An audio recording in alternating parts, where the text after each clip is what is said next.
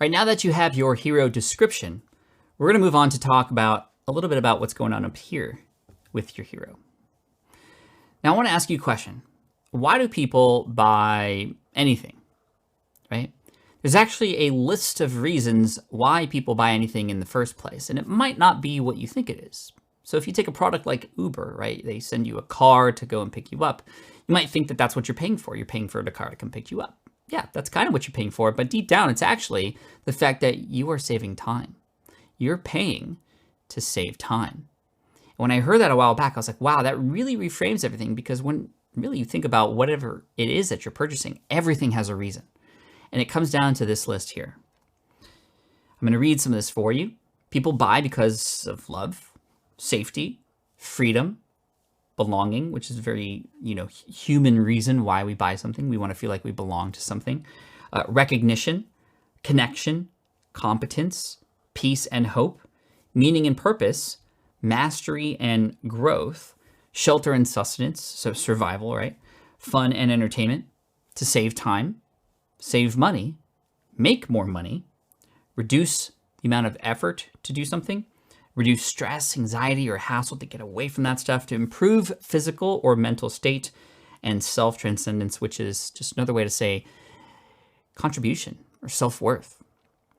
Now, when we think about this with relation to our courses, it's actually much easier to think about a person first through the lens of their dreams and their fears. And then we can make a connection between the dreams and the fears with relation to, well, what is the real reason why they're buying?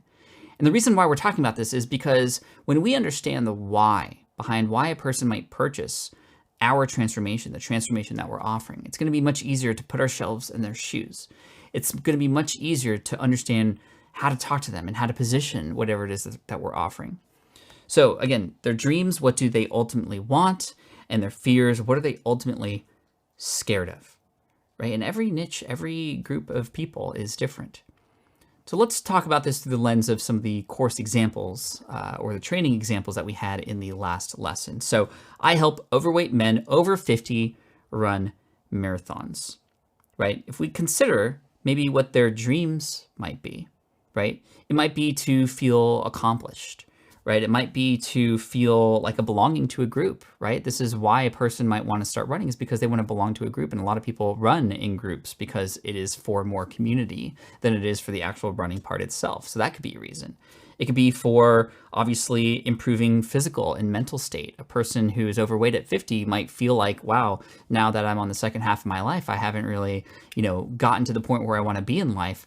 Let me start running to solve those problems, right? And that's what they dream of. They dream of being physically fit. They dream of not having to worry about being overweight anymore. Perhaps they might dream of, by getting physically fit, romance, right? Love. On the other side, what are their fears? What are they actually scared of, right?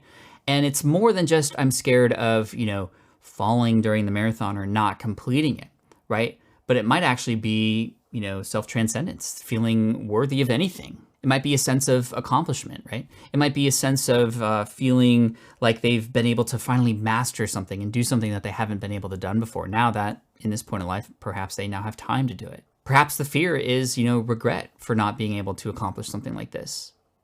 The fear might be staying overweight for the rest of their lives.